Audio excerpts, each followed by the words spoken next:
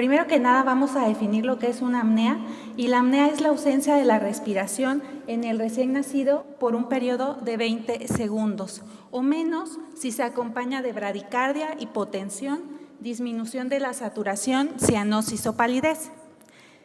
Vamos a hacer el diagnóstico diferencial con una respiración periódica que comúnmente se confunde, y la respiración periódica únicamente se caracteriza por tener ciclos regulares y recurrentes de respiraciones en los recién nacidos de 10 a 15 segundos y van acompañadas de periodos de interrupción de al menos 3 segundos.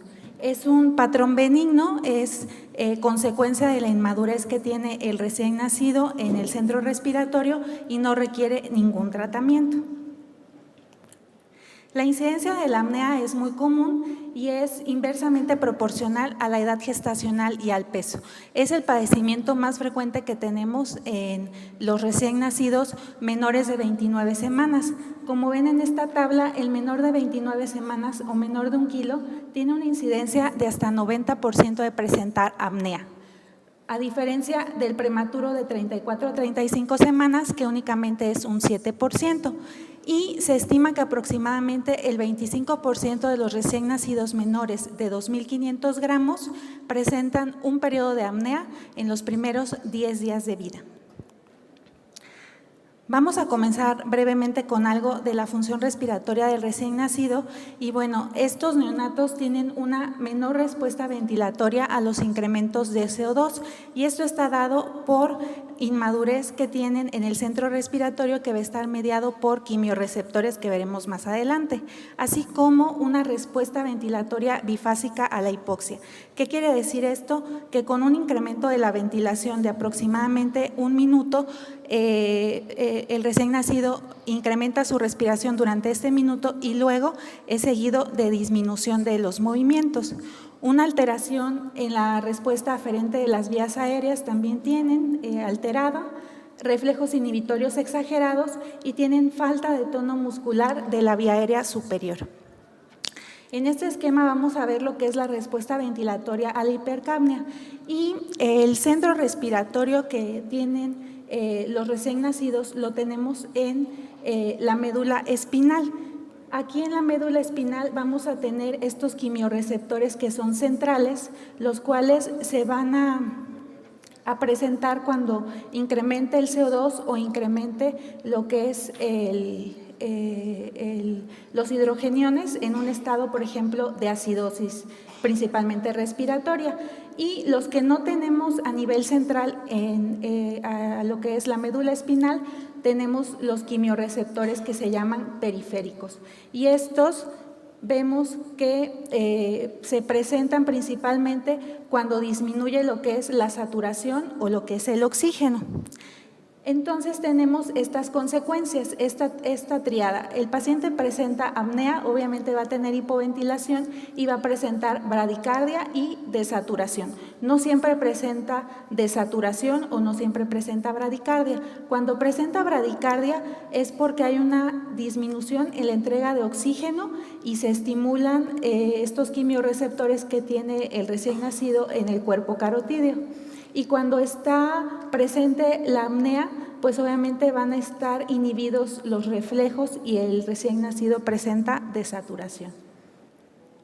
La etiología de la apnea se considera multifactorial. Sabemos que es un padecimiento que está presente en múltiples enfermedades, por lo que tenemos que hacer un diagnóstico diferencial. Se considera síntoma inicial de otras enfermedades.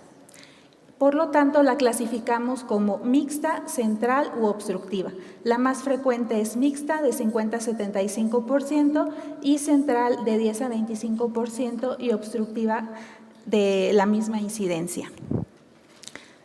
Les comentaba que la apnea está presente en múltiples enfermedades y pues en el prematuro, por ende, por esta inmadurez que tiene en el centro respiratorio, pero puede participar en un proceso infeccioso si el recién nacido presenta inestabilidad térmica, si tiene reflujo o si tiene alguna patología del sistema nervioso central, así como por medicamentos, trastornos metabólicos o trastornos de la oxigenación.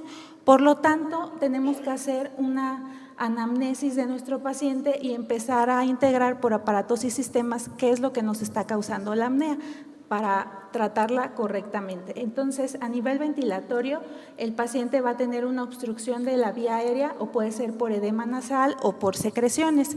A nivel hemodinámico, por alguna patología cardíaca, principalmente persistencia del conducto arterioso o insuficiencia cardíaca. A nivel gastrointestinal, por distensión gástrica, enterocolitis necrosante o reflujo gastroesofágico. A nivel metabólico sabemos que puede ser causa de hipoglucemia o por alteraciones electrolíticas como una acidosis respiratoria, hiponatremia, hipocalcemia. A nivel hematológico, pues muchos prematuros tienen apnea o algunos recién nacidos pueden presentar policitemia, y a nivel neurológico principalmente es por prematurez, por alguna malformación o por hemorragia intraventricular. Entonces, si nuestro paciente presenta apnea y ya hicimos esa anamnesis y vemos qué nos está causando la apnea, le podemos solicitar auxiliares de diagnóstico. Primero, a nuestro prematuro lo vamos a vigilar. Todo prematuro menor de 34 semanas tiene riesgo de apnea, como vimos en la incidencia. Entonces hay que monitorizar a este bebé, colocarle un monitor, un oxímetro de pulso, vigilar los movimientos que tiene la pared torácica del recién nacido para ver si está respirando o no y pues ver ese patrón respiratorio. Si le solicitamos exámenes de laboratorio al momento que presente una apnea para ver qué es lo que la causó, con una biometría hemática descartaremos anemia o veremos alguna diferencial por algún proceso infeccioso. Le solicitaremos gasometría capilar, electrolitos séricos, una glucemia y su hemocultivo.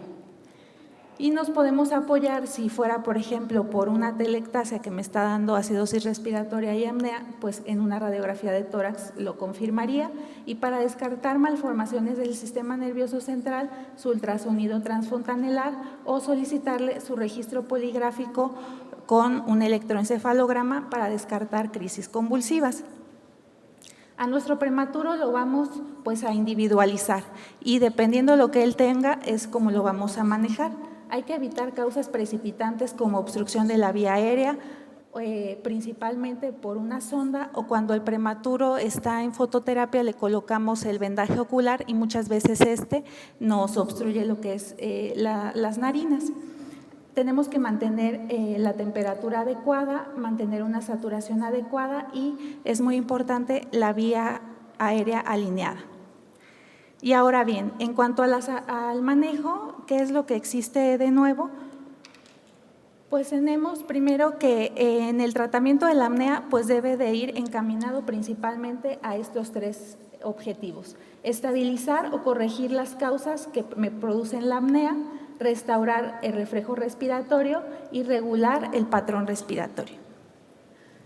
Estas son las estrategias terapéuticas que podemos utilizar y estas ya tienen el beneficio comprobado. Ya se demostró que la presión positiva de la vía aérea a través del CPAP me previene lo que es apnea o me la trata. Las puntas nasales de alto flujo también me dan una presión positiva al final de la expiración, las podemos utilizar. Y ya es de todos bien conocido que las antinas son el medicamento de elección, ya sea cafeína, aminofilina o teofilina. Y debemos de evaluar aún estas estrategias que están en investigación con buenos resultados, pero que todavía la evidencia no la tienen concreta, como exposición corporal, estimulación sensitiva, complemento de CO2 durante la inspiración, doxapran o L-carnitina. Vamos a ver cada una de ellas. Ya ustedes conocen cómo actúa la aminofilina y la teofilina. Brevemente, pues recordemos que incrementa la ventilación minuto, la sensibilidad al CO2 y es un antagonismo repetitivo de los receptores de adenosina. Utilizamos estas dosis de impregnación para aminofilina 8 miligramos por kilo IV y teofilina de 4 a 6 miligramos por kilo IV. Y de mantenimiento, después de 12 a 24 horas de darle su dosis de impregnación, utilizaremos aminofilina de 1 a 2 miligramos por kilo de peso vía oral o IV y teofilina también de 1 a 2 miligramos por kilo de peso vía oral. La cafeína sabemos que tiene menos efectos adversos y se ha mencionado que tiene un efecto neuroprotector. En el último artículo que publicó la doctora Bárbara Schmidt, en el 2010 y que le dio seguimiento a estos recién nacidos en el 2015 para ver el efecto neuroprotector, ella concluye que reduce el trastorno de coordinación 14% a los 5 años de edad versus 11% de los recién nacidos que únicamente tuvieron placebo. La vida media es más prolongada, a diferencia de la aminofilina, dura hasta 120 horas y la otra ventaja es que es una sola dosis al día. La dosis de impregnación que vamos a usar en cafeína es 20 miligramos por kilo por dosis y de mantenimiento 5 miligramos por kilo por día. Y últimamente hay estudios donde comparan dosis más altas de 10 a 20 miligramos por kilo por día como mantenimiento. Y no han observado tantos efectos adversos, no se han incrementado. Y esto lo hacen si tienen concentraciones bajas séricas y lo han usado en algunos hospitales, pero todavía no está autorizado para el uso común. Las revisiones sistemáticas que tenemos de cafeína y de las antinas en general para la apnea incluyeron 5 ensayos de 192 recién nacidos y se concluye que las antinas son eficaces para reducir el número de crisis de apnea y el uso de ventilación mecánica en la primera semana de vida. Tenemos también la cafeína comparada con teofilina, 5 ensayos, 108 recién nacidos y también ellos concluyen que la cafeína parece ejercer efectos a corto plazo sobre la apnea y la bradicardia y que son similares a la teofilina, aunque comentan que la cafeína tiene algunas ventajas terapéuticas si lo comparamos con teofilina. Aquí vemos los estudios y que está a favor del tratamiento. En cuanto a usar santinas profilácticas, la conclusión es que no respalda el uso de cafeína profiláctica para los recién nacidos prematuros con riesgo elevado de apnea, bradicardia o hipoxemia. Y ellos observaron, por ejemplo, en lo que es la apnea, pues sí, mejoraba con cafeína, pero cuando lo compararon para bradicardia, vean, estuvo a favor del placebo y utilizaban solución fisiológica o agua estéril. Y para hipoxia también estuvo a favor del placebo. El doxapram es otro medicamento que se ha utilizado y este estimula a los quimiorreceptores periféricos, como vimos en las imágenes previas, que ahí está el estímulo para lo que es la ventilación y va a incrementar la ventilación minuto y el volumen corriente. Su vida media es de 10 horas. La dosis va de 0.5 a 1 miligramo por kilo por hora y por el momento pues en nuestro país no contamos con esta sustancia. Y la evidencia que hay de doxapram para apneas comparado con las antinas, aquí utilizaron teofilina, cafeína, aminofilina, incluyó 91 recién nacidos en 4 ensayos y es que la administración intravenosa de doxapram y las metilsantinas parecen tener similar efecto a corto plazo en el tratamiento de apnea. Vean, todos caen al centro, prácticamente fue el mismo resultado para las dos. Si comparamos únicamente el doxapram con placebo, comentan que el doxapram reduce la apnea en los recién nacidos prematuros, pero que no conocemos a largo plazo la evolución de estos recién nacidos. Para apnea sí me funciona, pero todavía no sé cómo le va a ir a estos recién nacidos y vean, los estudios son muy, pues ya de muchos años, de la década de los 90 y únicamente incluyó a 21 recién nacidos porque sabemos que nuestro estándar de oro para el tratamiento pues son las antinas. En cuanto a la estimulación kinestésica, pues también ya se concluyó que no se recomienda este tipo de estimulación kinestésica al recién nacido prematuro para tratar apnea debido a que puede desencadenar una hemorragia peri o intraventricular y nos puede tener un efecto negativo por sobreestimulación al afectar el flujo sanguíneo cerebral. Y estos son los estudios, son de la década de los 70s y 80s, 3 ensayos, 58 recién nacidos, y ellos concluyen que no hay evidencia en la estimulación kinestésica para el tratamiento de la apnea. Comparado con Santinas, pues obviamente fue mucho mejor lo que es teofilina. Claramente en este ensayo de 20 recién nacidos como tratamiento de apnea.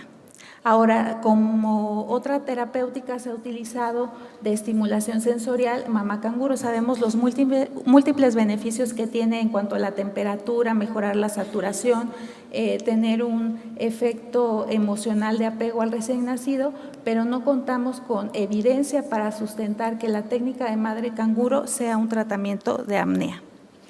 En cuanto a la posición, en el prematuro menor de 34 semanas, lo único que se encuentra es en la literatura que la posición prona la podemos utilizar únicamente bajo supervisión médica continua y nos va a ayudar porque estabiliza la caja torácica y regula el patrón respiratorio.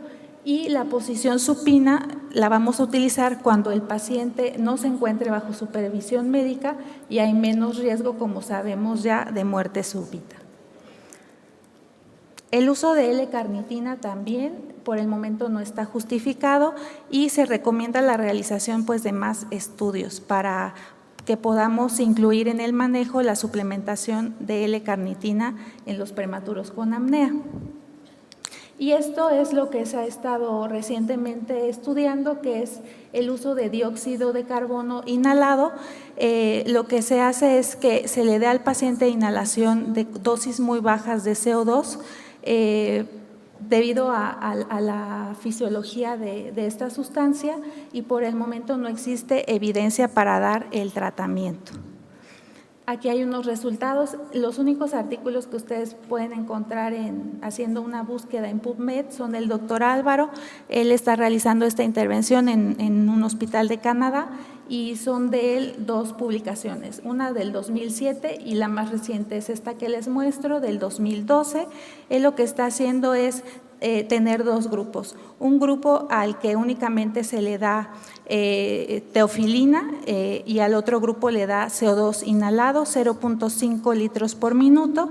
Ha incluido 87 recién nacidos de 27 a 32 semanas y aquí ustedes ven en esta tabla, en el eje de las Y vemos el tiempo de apnea por segundos y en el eje de las X los grupos. Entonces vean el grupo control y posteriormente el grupo al día 1, al día 2 y al día 13.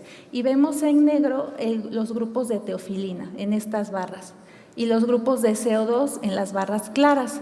Si vemos quién tiene menos apneas, pues es muy evidente que el grupo de las barras oscuras o negras, que son las de teofilina, tienen menos eventos de apnea. Sí disminuye con el CO2 comparado con el control, vean cierto porcentaje con el CO2 inhalado, pero no es mejor que mi estándar de tratamiento, que es la teofilina. Por lo tanto, sigue en estudio. Y bueno, con esto termino la presentación. Realmente es algo muy breve lo que últimamente hay de tratamiento de apneas. Muchas gracias.